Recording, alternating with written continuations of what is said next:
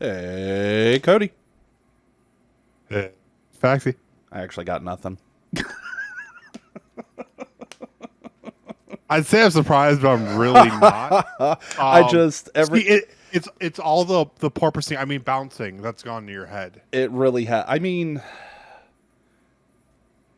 I got thrown off when I looked at the AlphaTauri website and how they did Max Dirty. Like, I can't get that out of my mind. So, roll intro while I scrub my eyes real quick.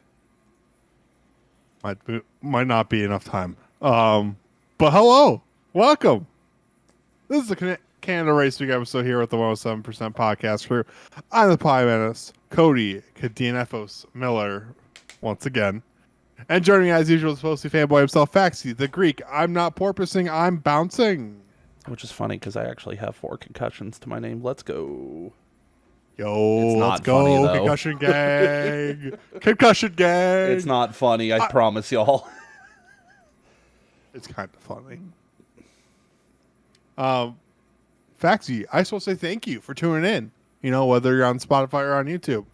And make sure to follow us on Twitter, Instagram, and TikTok at the 107 Podcast on all of them, where we will argue with ourselves, each other, and each other. Faxi, what do we got first? I fucked up uploading the Baku episode on YouTube. Like twice. Oh my god, I'm an idiot. Yeah, so hi y'all. Sorry we had a little bit of a gap between episodes. Rush Hour Traffic Simulator 2022 Part 2.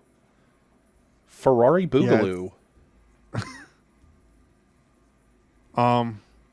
Ferrari might as well just bring their own tow truck crew at this point. Double engine DNF. Did we ever hear? I know they were looking, I think they said the MGUH on this one. All I know is it's the first time since like the 90s that both Ferraris didn't finish a race because of an engine failure. Running in the 90s.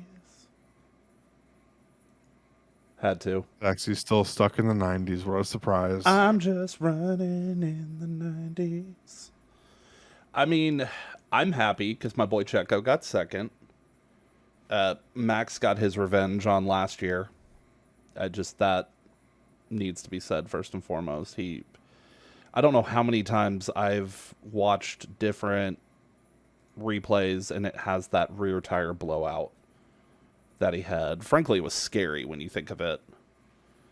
Yeah, that was always a scary one. I mean, Red Bull 1-2, Mercedes 3-4. I'm still not used to George always finishing ahead of Lewis. But I've heard rumors of why that's going on. So, I mean, I'll give okay. I have a question. What was more surprising for you,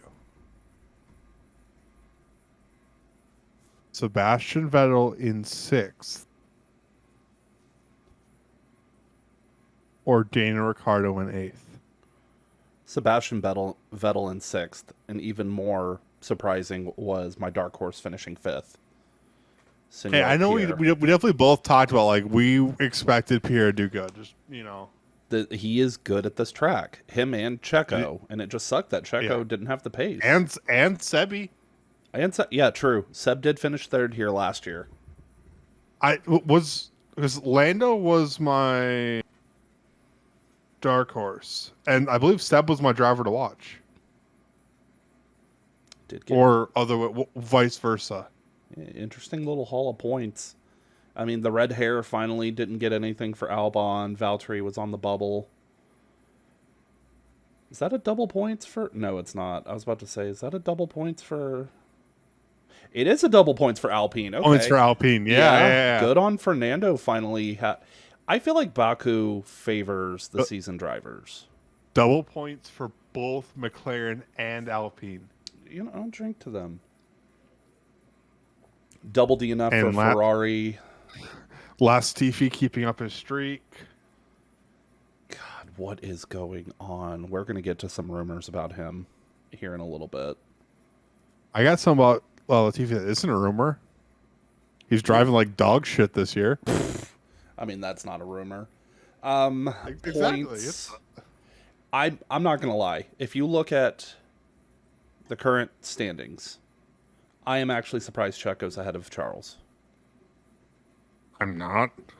I You expected. can't expect to be second if you can't finish half your races. I And still. then when you do get a pole, you can't even fucking win. I'm still surprised. I expected I am. I expected a little bit more unreliability from the Red Bulls. You can't tell me that's not their MO usually.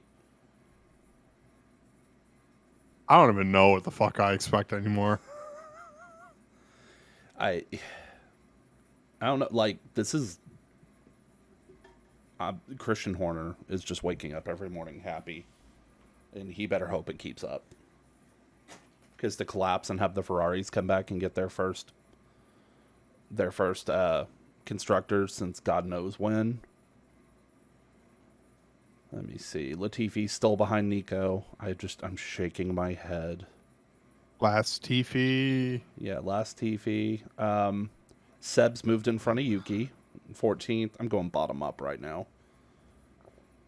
Daniel's tied with K-Mag. Fernando is now 1 point ahead of them, tied with Pierre on 16. That's 10th. Ocon, I mean, he keeps this up. Barring another Hungary, or barring somebody having a Hungary-esque race, Yeah. Ocon's pretty much got the point side. He looks like he is running away with the Alpine point side. Valtteri, of course. I don't want to say because pace. I feel like Esteban hasn't had any points lost, so to speak, versus Fernando has gotten pretty unlucky. You know, that very fair. And I mean, Ocon's just very consistent. I feel like he's a better Italian Jesus. Even though he's French. Yeah. He is French Jesus. Normally, I wouldn't say the French are better, but I guess we gotta do what we gotta do. Let me see as I alienate an entire nationality of viewers. I'm done with you. Valtteri, of course, he's showing that he's had this true pace. I would love to see him give another 2-3 years to the sport. Could you imagine? Just imagine this: Valtteri winning a drivers' championship in Alpha after leaving Mercedes. And then you turned off F1 2022. No, it's not F1 Manager, which comes out in August. Oh, I cannot wait. It's gonna be amazing. I'm so hyped for both of them. Sorry, we're kind of all both the racks. Speaking of that, I mean, you're highlighted for the constructors. You have any input there? I mean, Aston Martin's now tied with Haas. My question to you: what is more likely, Williams catching Aston Martin or Haas beating Aston Martin? I think Haas being Aston Martin because I'm sorry, Williams doesn't have a team. They have Albon. Also, does Aston Martin catch AlphaTauri?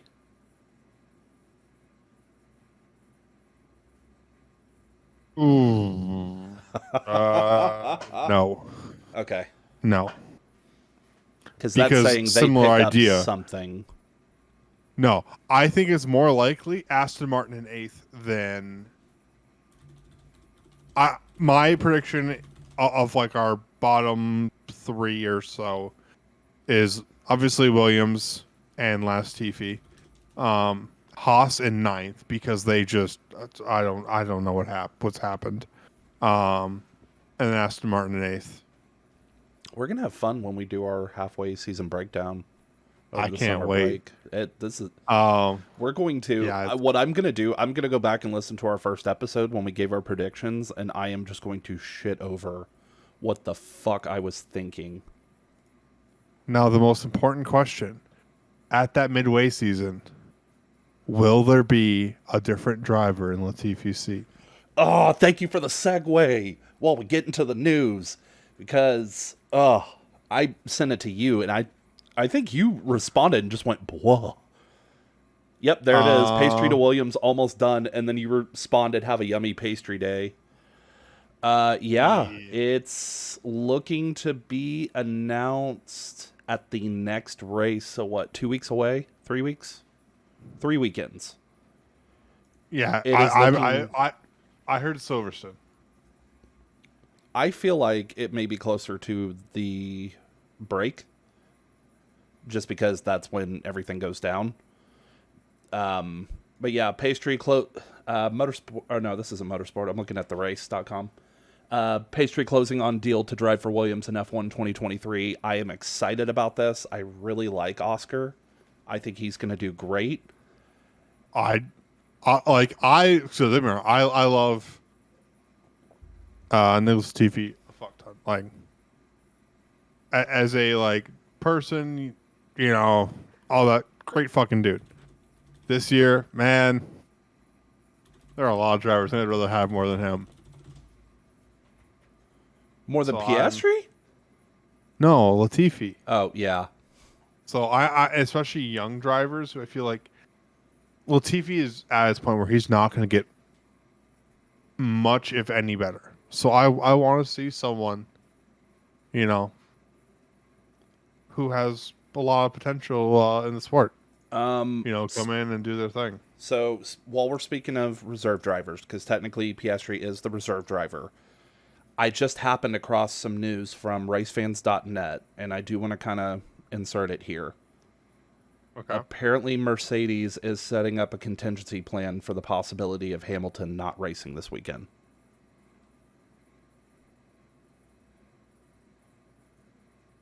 This was 3 days ago per racefans.net, so things may have changed. We probably would have heard a little more by now, but I wanted to go ahead and throw it out there. Apparently, Hamilton said he was in severe pain at the Azerbaijan Grand Prix due to the porpoising and bottoming throughout the race. Which, hey Cody, here's your fucking segue.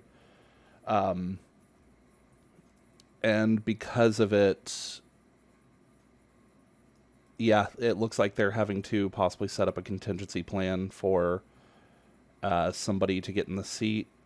I think it would be cool to see Piastri do it. I believe I also read that this I weekend just saw they also planned more on Ollie Caldwell, I think, doing FP1. FP1 at Silverstone, not Oh, okay. here. Well, it would make sense to draft him in then. Yeah. I just saw from I believe from Lewis directly on social media saying that he intends to race this weekend. That was posted on Monday by him. But I think like as your name references, I think there's a lot of stuff going on. I feel like there's just a lot of playing the game that's coming right now when it comes to teams talking about porpoising, or in Mercedes' case, they're not porpoising, they're bouncing, and that there's a difference. Here, I'm just gonna say this right now, because I know you're about to dive deep into it. I believe Mercedes said this because they see the FIA getting ready to step in because of how bad the porpoising is. I've seen a lot of the more relevant Twitter pundits that we read that are credible talking about how it does not look healthy. It does not look like it's going to help anybody's overall lifespan. No. So yeah, Yeah, I personally want the FIA to step in on it. Period. 100%. I think it gets to a point where it's driver safety, and you can't preach as much as you do about driver safety and not do anything about it. I'm sorry, they've already shown that they don't fully care about driver safety with the incident in Miami. But I mean, are we surprised by that? I hate to say it, but I feel like this is getting so much more attention than like Miami was one weekend. This is race after race after race. Valid. And I think they didn't want to do anything in Miami that would break their little fucking mirage they had going on that this is the new Monaco. And I think the big question is how much of it is like the car itself and how much of it is set up that is causing all of this porpoising. Is there, oh, hey, we can minimize the porpoising, but we're sacrificing on performance? Or is it, hey, no matter what we do, it's going to be fucking bad? I'm And I sorry, feel but like sacrifice. But which is the case though?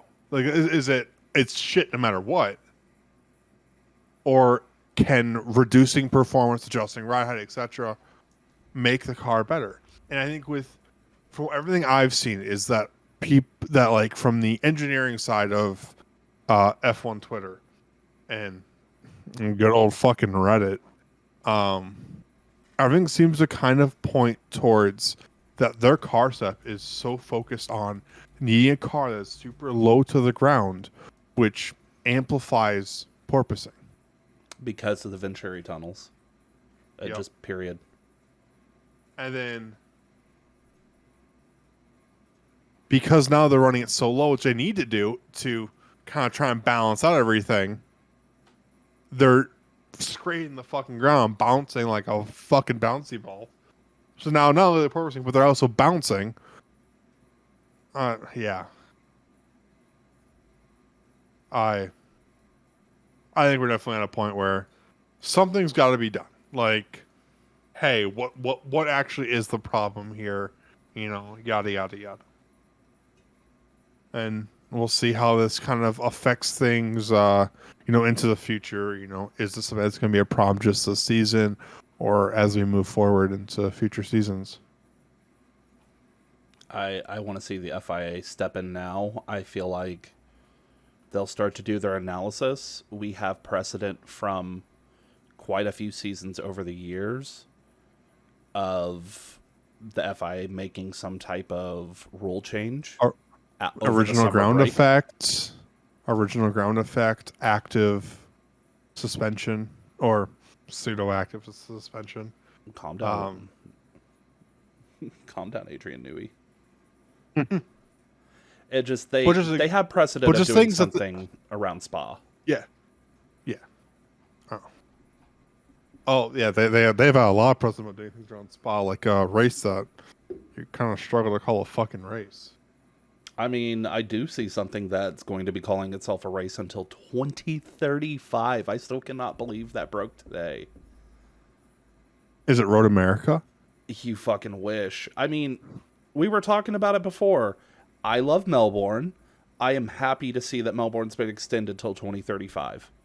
It is an absolute... say I'm surprised. It's a mainstay. It is. There's not much more to touch on this. It's just, it's a great track. It's a great quote-unquote street circuit. Road circuit, yeah. But it's great. I stand in a statement of, just because if you've designed a road to turn into a street, into a F1 track, every once in a while, I'm sorry, it's not a fucking street circuit. Really quick, I was kind of looking through Reddit to see if there was anything we're missing on this, and there's pictures of Albon and Carlos Sainz just taking a casual fucking stroll through Montreal. What about Yuki sitting on Pierre's lap? Oh, I love them. Yuki is like everyone's favorite younger brother who they are a terrible influence on, and he swears a fuck ton. I mean, you could say they're close, just like some other news that dropped. That was a good segue. Yeah, I'm happy with myself. Fuck you. So there are two things actually that the BBC says are pretty close. One would be Formula One returning to South Africa. Josh Revel was just did a video a few months ago, 6 months ago. He's done one at least within the last year talking about how F1 should return to Kylami. But should they do it at what BBC believes the end of Spa? Oh, the BBC's reporting that? Per BBC, Oh. if the South African race happens, it is not clear when the season will be held, but it is likely to mean the Belgian Grand Prix at historic Spa-Francorchamps would drop off the calendar. Don't do F1 it. has already confirmed a new race in Las Vegas next season, likely to be held in November. If both China and South Africa happen in 2023, Belgium is top of the list to make way. Don't do it. Reconsider. Read some literature on the subject. You sure? I want Belgium to stay. I'm sorry, but I don't want to lose Belgium or Paul Ricard.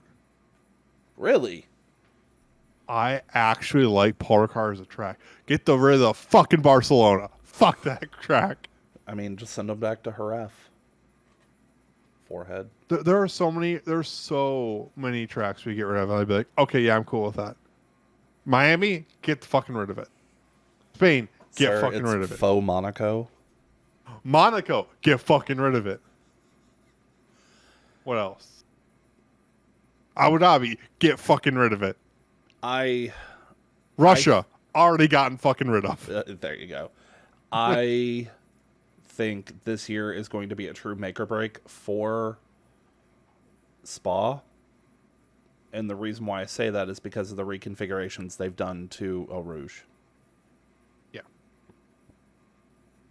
I think it needs to be. It needs to be. It's done. I remember seeing all the pictures of when they completely redid it. No, it needs to be enough to keep that fucking track. I'm sorry, if you get rid of Spa, get rid of history. There's that. You think they're gonna get rid of fucking like Monza? You think they're ever gonna get rid of that fucking track? No. Let's be honest. So they ever gonna get rid of fucking Monaco? Fuck no. They will never get rid of the Temple of Speed. They'll never get rid of. Hey, look at the track where a diamond went missing from Jenson Button's car. They're never getting rid of Silverstone. The history is ingrained in those. Like, as much as we hate some of those tracks, you can't. You're like, I hate to say it, but like, I hate Monaco. I want it to be gone, but at the same time, you can't. There's just such a legacy that comes. You hate Monaco. No, I hate to say that I hate it, and it shouldn't go. Like, it's not like Miami. I fucking hate the track. It needs to go. Spain, I hate the track. It needs to go. I'm shaking my head. Do you know another track? Do you know other track needs to go? Coda. Fuck you. Why have that Circuit of the Americas when you could just have it at Road America? Because Road America is not a grade 1. If they can make the shithole that is Coda into a grade 1 and keep it there with how broken that track is, they can make Road America into a grade 1. I'm going to throw you away just like Haas might be doing to Mick. Yo, if they do bad. Can you imagine an American team getting rid of Mick fucking Schumacher? Hey, nothing's more American than Jesus. I mean, this Jesus is Italian, but...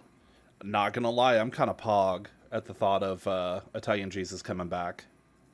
I love me some Italian Jesus. I am always down to see him. And honestly, I like Mick. I really like him. You know, he has potential. Right now, he ain't showing it. But do I want Italian Jesus back to lose Mick? That's a close one. I mean, just something to throw out there. Do you think we're going to see Giovinazzi do a FP1? He is technically the reserve driver. He is technically Ferrari, Alfa, and Haas's reserve driver. If there is a driver who cannot compete, then yes. He does not meet the requirement. Bring him in for an F1 or an FP1. He doesn't meet the requirement for a young driver. FP1. Then how the fuck does Bubaka count? I told you, you dumbass. It's for sponsor. Don't care. It's weird. You're weird. But yeah, my one of my favorite, paddock guys, Joe Sauer says Italian Jesus to Haas to replace Mick in 2023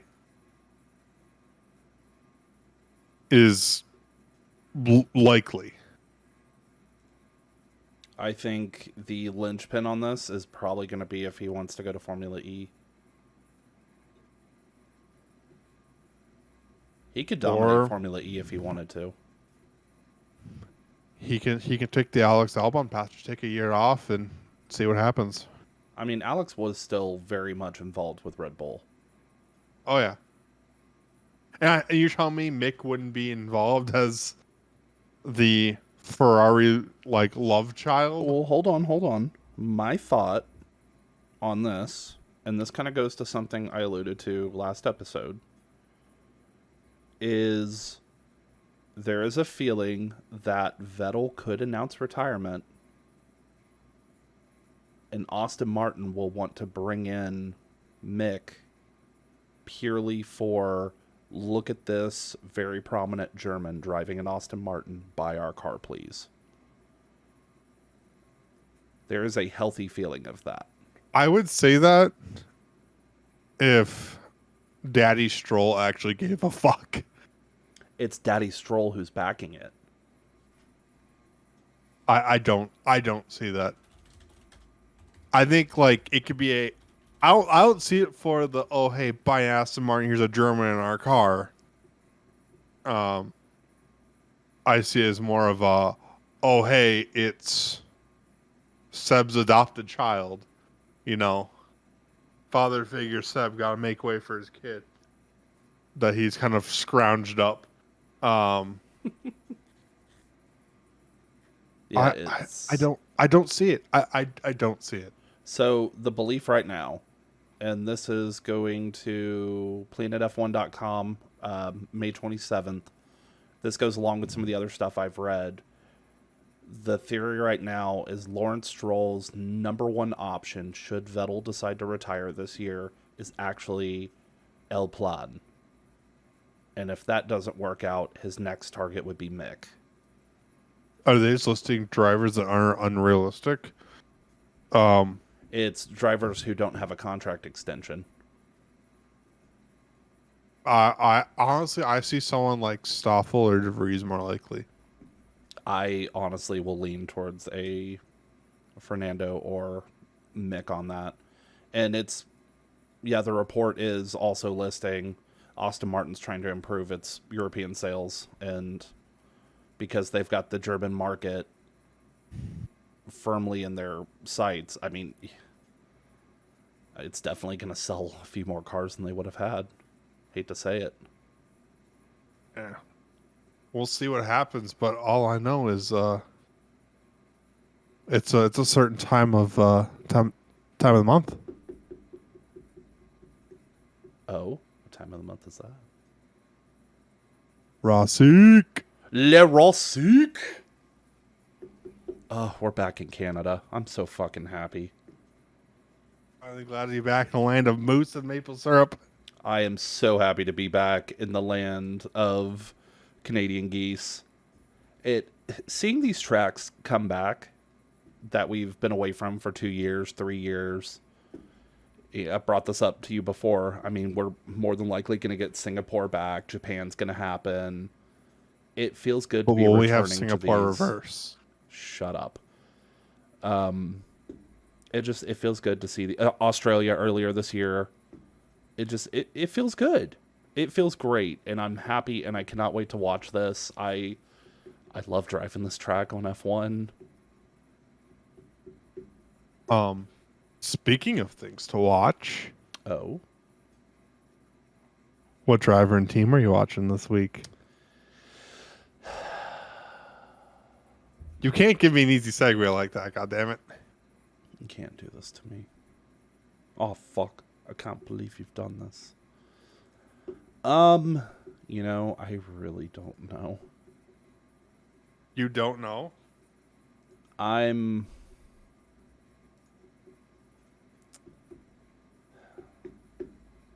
driver to watch.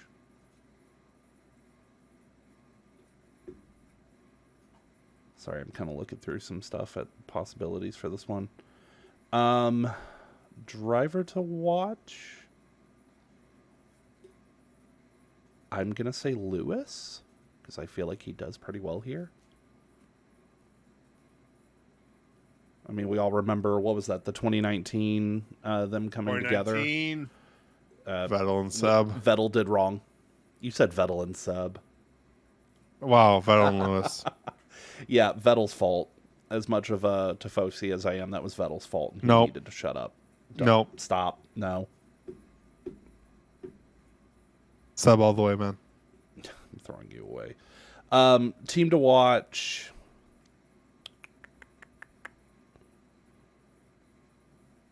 Team to watch, I think, is going to be Haas. Mick now knows he's fighting for his future. And K-Mag supremacy has not been very supreme. Well, K-Mag supremacy could help them get a little higher in the constructor standings. I feel like this is a pivotal week. They are tied with Aston Martin. They would like to do that, and they would like to start closing in on AlphaTauri to possibly make a run at 7th place. That's not out of realistic goals.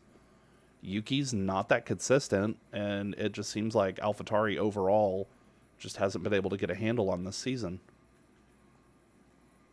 Yeah. So there's my 2 on that. Dark Horse. You can't see the face I'm making. Because I feel like the Dark Horse on this is going to be very...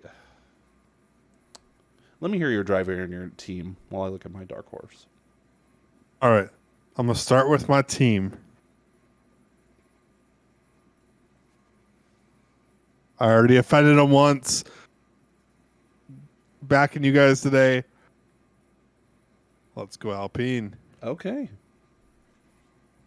You think the El Plan will do something?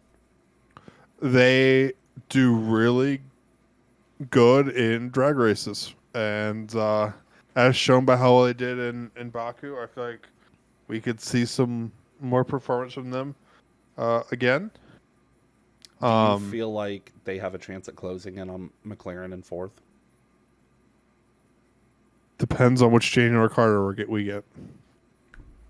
Very fair. The Daniel who we know who can do it, or the Daniel who may be out of a ride at the end of the year. Yeah. That seat's not safe. No, it's not. And I'm surprised we haven't heard front runners for who would take that one.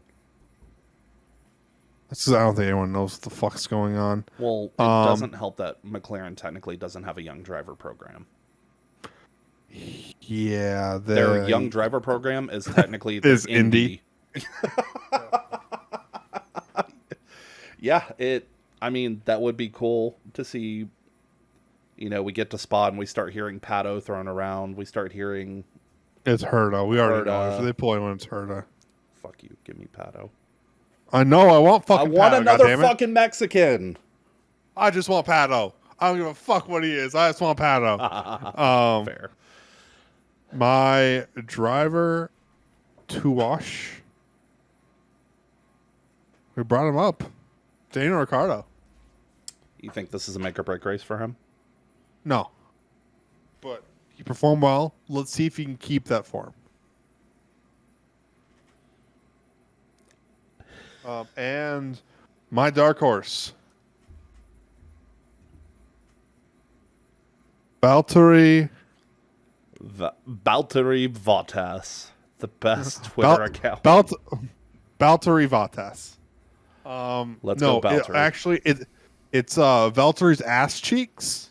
I feel is my dark horse. Ass. You could bounce a fucking quarter off that thing any fucking day. Any day. Except race day. My dark horse to have a better finish than he's had all year. And I'm doing this for the lulz. You know where I'm going? No, yes! no. There will be no last Stiefy. Let's go. Fuck you. Well, okay. I'm going back to... Who does he beat? Hold on. I'm going back to the fact that or going back to our Piastri rumors, there's a few, very few rumors swirling around that he will be gone by, that Latifi will be gone by Silverstone. And you know those rumors are going to be sitting in the back of his head. In fact, I am going to switch my driver to watch to Latifi. Okay. So who's your dark horse then? Daddy's Cash. Just because he's Canadian too. Fuck you. You know what? And because of fuck you. Daddy's Cash to get points this weekend. Fuck you. Speaking of points, I got a few of them. Hey, I'm proud of you. Do you remember what I had for my podium prediction? I don't. Well, let's see. In third place, I had George. Oh, fuck. Did you get a perfect podium? In second place, I had Checo. You had a perfect podium. And in first place, I had Max. Let's go. Verstappen. Yo, so do I get bonus points for that? Because let's be honest, that's pretty fucking good. That's pretty fucking good. I'm proud of you. What's our points now? I'm a little worried. 31 to 22. I'm still getting my ass handed to me. Still, that's you. Well, with a perfect placement, a 7-point swing, and I'm still 9 points down. I had so Checo. For reference, in terms of correct placements, I have only gotten 2 right the rest of the previous however many races. And then you had a perfect weekend. You have had weekend. 3 first, and I had a perfect weekend. I got Carlos in third twice, and that's been it I've had right. I mean, you take what you can get. Who's your podium for this one?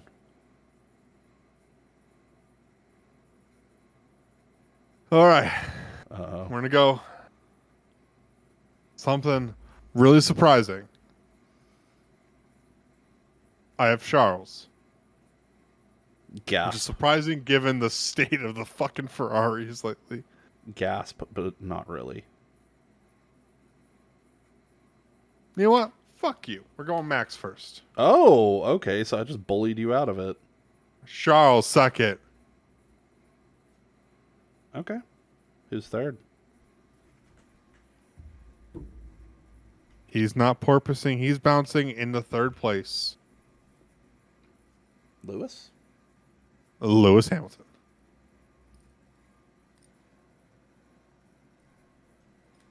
Russell, Leclerc, Max. Final answer. Is that third to first or first to third? That is first to third. I say this is where Russell pulls off his first win. Russell, so George, Charles, Max? George, Charles, Max. Final answer. Oof. That's a spicy. That's a spicy meatball.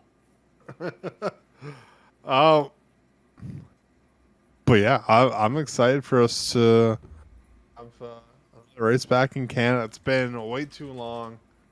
Historically, one of the most interesting tracks for races. Whether it's wet or dry, it seems to pretty consistently produce some great races. So I'm excited. I know definitely you are. Absolutely. It's gonna be I'm looking forward to it. I'm also looking forward to not having to wake up at the ass hour in the morning. I didn't actually wake up till 10 on Baku race day, so I had to watch the race on my own. You don't like ass hour o'clock to watch a race? Dude, it's Saturday and Sunday. I sleep for 12 hours both those days because I only sleep 5 to 6 hours elsewhere. Yeah. Maybe you should stop staying up so late streaming, Well, on twitch.tv. /Faxius. /Faxius. Just got to touch on some other racing real quick since we are kind of in our wrap up. 24 hours of Le Mans last weekend. Congratulations to Toyota. We knew that was going to happen. What? Toyota won? No. I know. It's pretty much, it comes down to which one. I'm surprised and not surprised that it wasn't Buemi's car. Mike Conway is absolutely the GOAT of endurance racing right now. You cannot convince me otherwise. No, man, dude, you can't do anything against Brandon Hartley, man. He is the real GOAT. Don't lie. Hartley's good. I'm glad Hartley's having the career he's having in endurance. Let me see. But he's Looking having at a it. career that didn't end with the Red Bull fucking academy, pretty much. Yeah, I mean, and just I'm looking at Hartley 2015, first in the FIA with Porsche, second in Le Mans. 2017 Porsche LMP, first in both.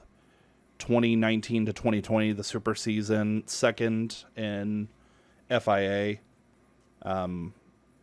FIA World Endurance with Toyota Gazoo, just because that team is fucking super team. Their hypercars are on another level. Can't wait to see what Ferrari brings to the table, but I don't think they're going to be competitive.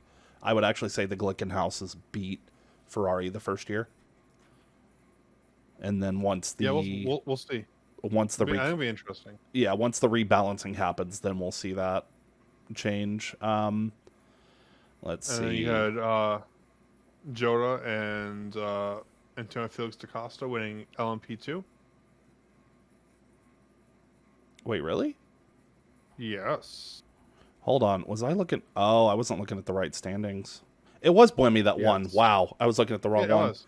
Yeah, Buemi, Hartley, Hirakawa, and then Conway, Kobayashi. Dude, I'm so glad Kobayashi's having so much fun in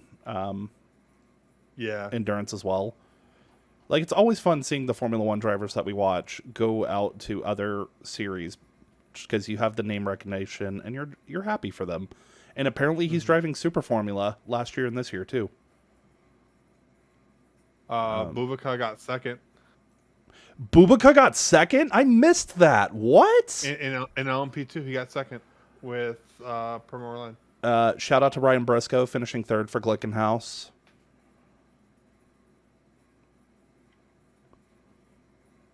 I'm surprised Glickenhaus has the team they do. So that's just like some rich ass dude on a privateer. Yeah, Felix da Costa, Bubaka second, Luis Delatraz. Okay, I didn't realize they were in the same car. Looking down here, Nick DeVries, 8th overall, LMP2. Team Penske with Felipe Nasser in 9th. That's a good run for them. Yeah.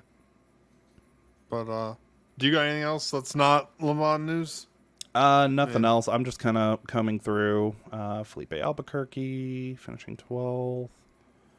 All right, I'll let you speak to yourself as I wrap things up for us. I just want to say thank you all for hanging out with us. This was the Canada Race Week episode here with the 107% podcast crew. I'm the Pie Menace, Cody Kadianethos Miller, and joining me as usual was the Tifosi fanboy himself, Faxi, the Greek. I'm not porpoising, I'm bouncing. You need to update the graphic with the DNF. I do, eventually. I'm just going to throw that out there. You have to remind me, but which means it'll never happen. I can't remind myself, so. Yeah, exactly. I just want to say thank you all for tuning in, whether on Spotify or on YouTube. And make sure to follow us on Twitter, Instagram, and TikTok at the 107 Podcast on all of them. That's going to wrap it up for us. Y'all have a good one. Take it easy. Praise be to Bubaka.